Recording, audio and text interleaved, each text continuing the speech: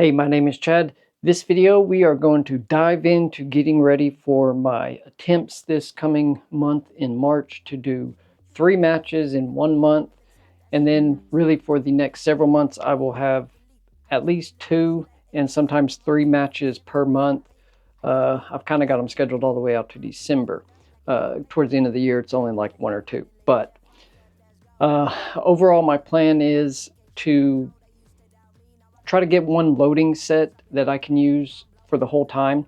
I went ahead and ordered 400 cases of matching lot number alpha brass. So I've got 4 boxes of this stuff.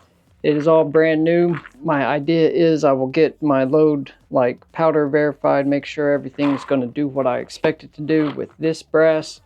But this weekend I want to get a primer seating depth test done just to make sure I'm where I need to be on that, and then see if the powder charge that I have been using is going to get me in the speed range and group size that I'm expecting to have based on my previous brass.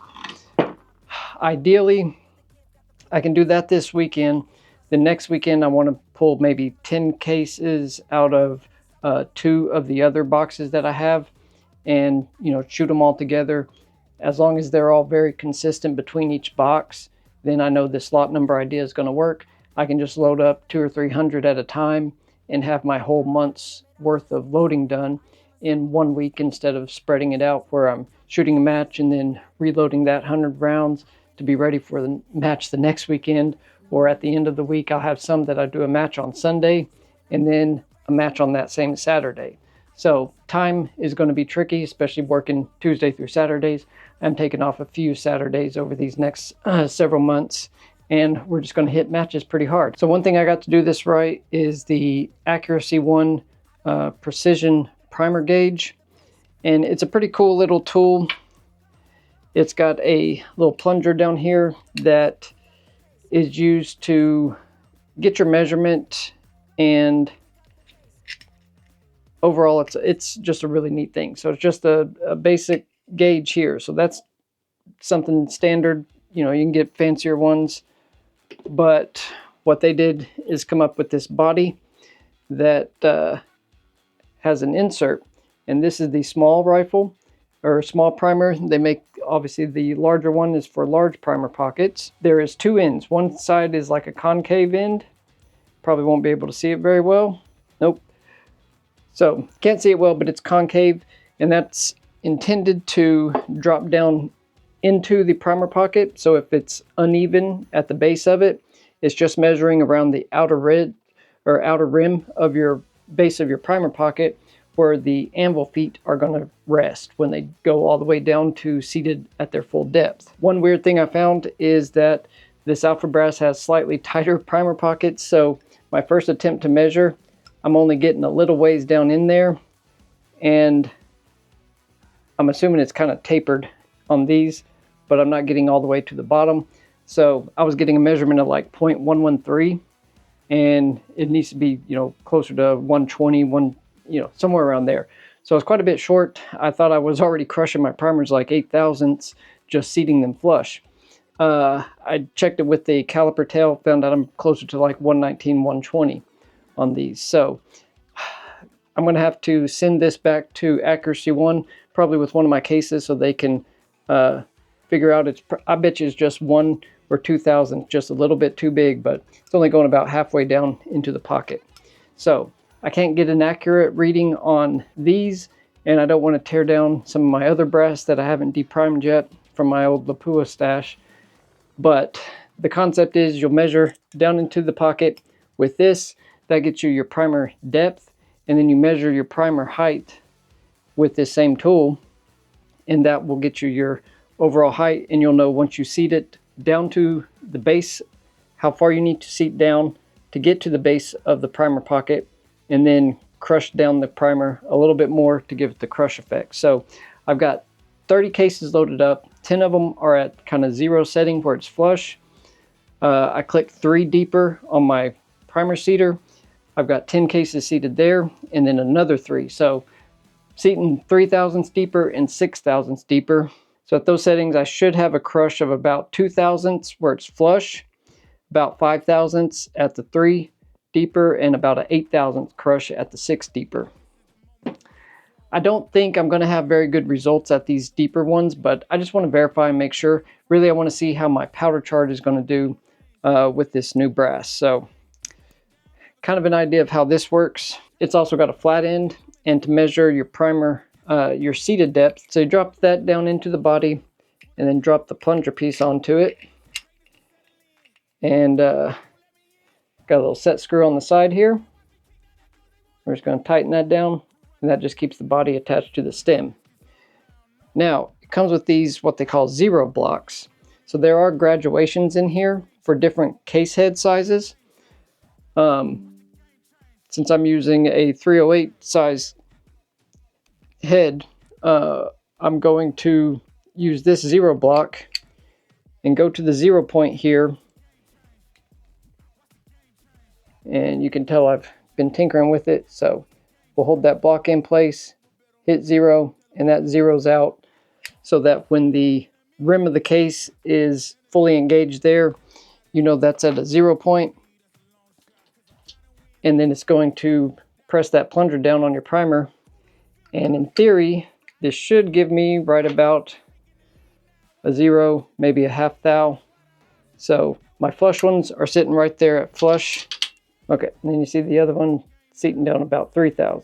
So I think what I found is I can't really seat these primers much deeper. Like, I'm kind of maxed out on how deep these are going to go.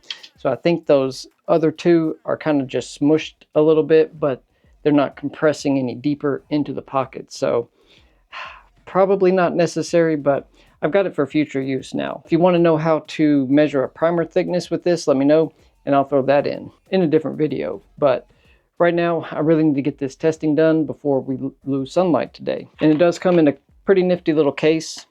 So you can plop it back down into its safe storage area that holds all the 0 blocks, your large primer attachment, and just seal it up and then cover it with its cover. So if you want to keep it in its own container, right there, everything's nice together and keeps anything from bumping into it. So pretty neat little containment. Now we'll take a look at this guy. So my idea was I wanted to have something that would go a little bit faster, and I went ahead and picked this up. We're going to give it a try. I think I've got it all set up. Obviously, I haven't even added powder to it yet and tested it. So we'll do that first,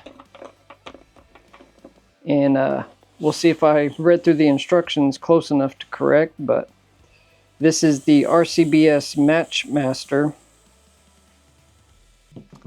Okay, so I was wondering why it came with these little rubber plugs, and I think I know now, because when you pour the powder in, it jumps out of the tubes there. So I did not see that mentioned in the instructions. I think this is going to be one of those things where there are so many possible variations that you can do with how you set it up and configure it that I'll have to do quite a few more deep dives into this. But getting to all three have been 39.84, and I'm pretty sure that one single grain has a weight of 0.04 according to their chart. So a 1 grain variation between charges, I think that is more than acceptable. So we'll let this run, and then we'll see what all my results look like after we get this done. Hey, if you're very, very excited that we don't have freezing weather anymore, go ahead and get subscribed right down below here, because we are finally, I think, out of the super cold days and getting into spring and warmer weather ahead. I'm so happy I can be out here without jackets and gloves and bundled up and just miserably cold. So we're going to have some fun stuff coming. Make sure and get subscribed. You want to follow along for sure. Okay, we're out at the range, and I just did my first group.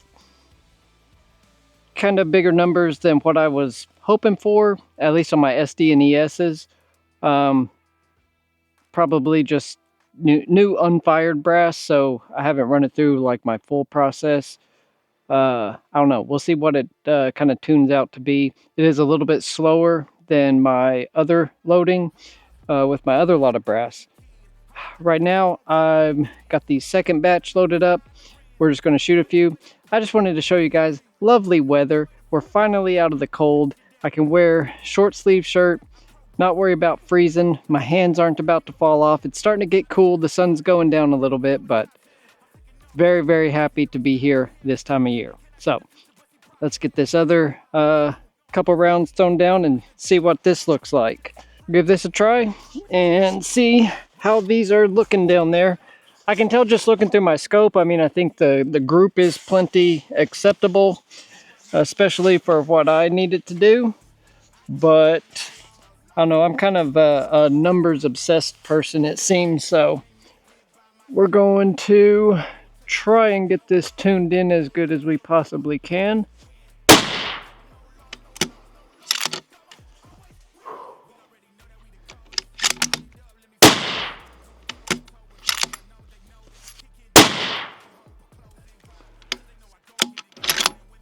Well, just going off the numbers, that seating depth was way more consistent.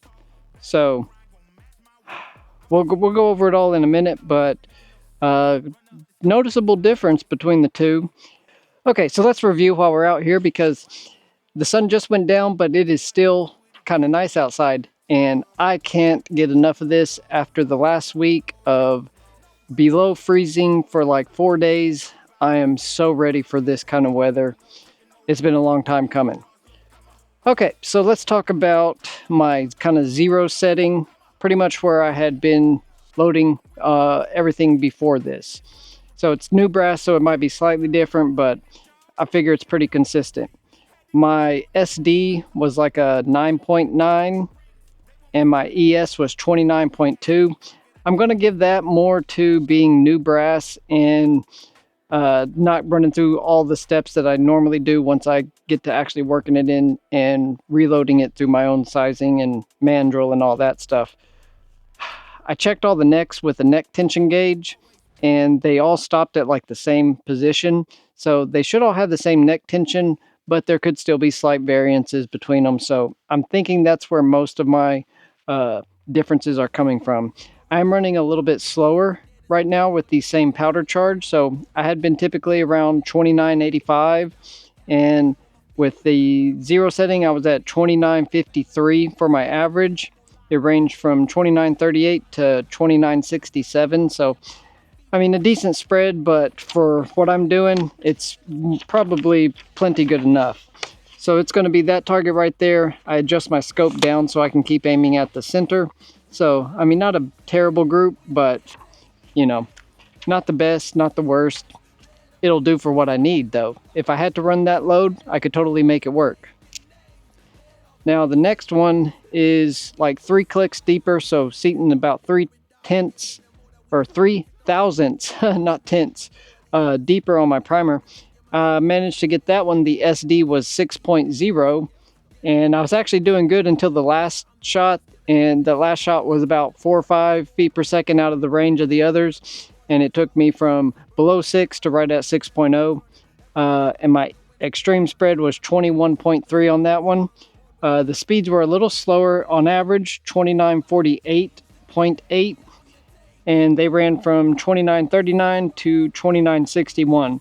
So it just tightened everything up a little bit there. Pretty pleased with that. More than likely, that's what I'm going to run. And that's going to be this middle group right here. I mean, maybe half an inch. So I had a little bit up and down. That could have been me. Totally very well could have been me. But beyond acceptable. So, I mean, I'm very happy with that. And then the last one where I clicked it in 3 more, so 6 thousandths deeper from what I had been running. I think we're getting a much tighter crush on the primer that way. My SD jumped up to 10.7 and my extreme spread jumped up to 33.2. So that one went kind of high. My average speed stayed all about the same though. So 29.52 on that. So my average speeds were all like within 3 feet per second of each other.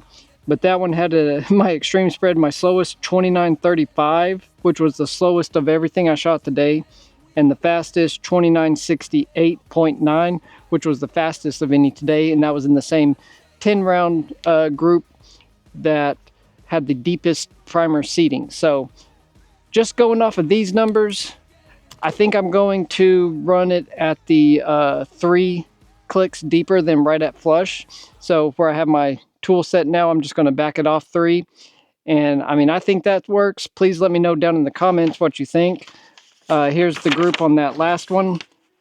Kind of a little more raggedy. I'm sure that one over there is more than likely from me, but that's what I'm working with.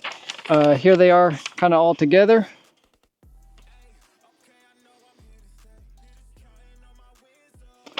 So I really do think that group that I had the best numbers on also has the best looking group, just visually. So more than likely, that's what I'm going to stick with. Okay, so now what I got to figure out, and this is where I need you guys' comments down below. Should I just stick with what I've got? I mean, that group is plenty acceptable. I can adjust the speed data in my Kestrel, compensate for it running about 35 feet per second slower than what I have been running, which really isn't a big deal. What I've got to figure out now is I want to load 10 from the lot that I'm using now, load 10 from a different box, same lot number, and then 10 from a third box, and kind of do a test next weekend just to see if loading from all the different boxes with all the same lot numbers, are they going to be close enough on the numbers and where my point of impact is that I can trust that, and that way I can just load up a bunch. And I just don't want to start having to reload on all this brass yet. I want to get through this first match, run through the whole 400 and get them all fire formed, and then start kind of processing them all together at the same time. So instead of get through and then process that batch and just keep going through the same 100, 80, 100, however many I use at a match, I want to just go through the whole 400 and then process them all and load them all and just kind of keep cycling them all through. But if box to box there is a variation, I need to know that now so I can plan on that for how I load for my match. So I'll have next weekend that I can do some final testing, and then my first regional PRS match is going to be on Saturday, March 8th. And I'm kind of nervous but excited. Like, I want to go try out a new place and go up against new people. But this is going to have people, you know, probably from Texas and Oklahoma, I'm sure Kansas, Arkansas. There's going to be a lot more people show up to this one that are definitely a lot better than me. So kind of right now, my overall goal is if I can be in the top half of scores, I'll be happy. If I can get into the top 30%, that would be great. I really don't think I'm good enough for that yet. But first one, I just want to get through the whole thing, learn the layout of the place. I figure these next 3 matches where I go to each of these new ranges for the first time, I'm just going to be struggle busting through it and lucky to get to the end. Once I see a place, I can make a map of it in my head and I know what to expect the next time.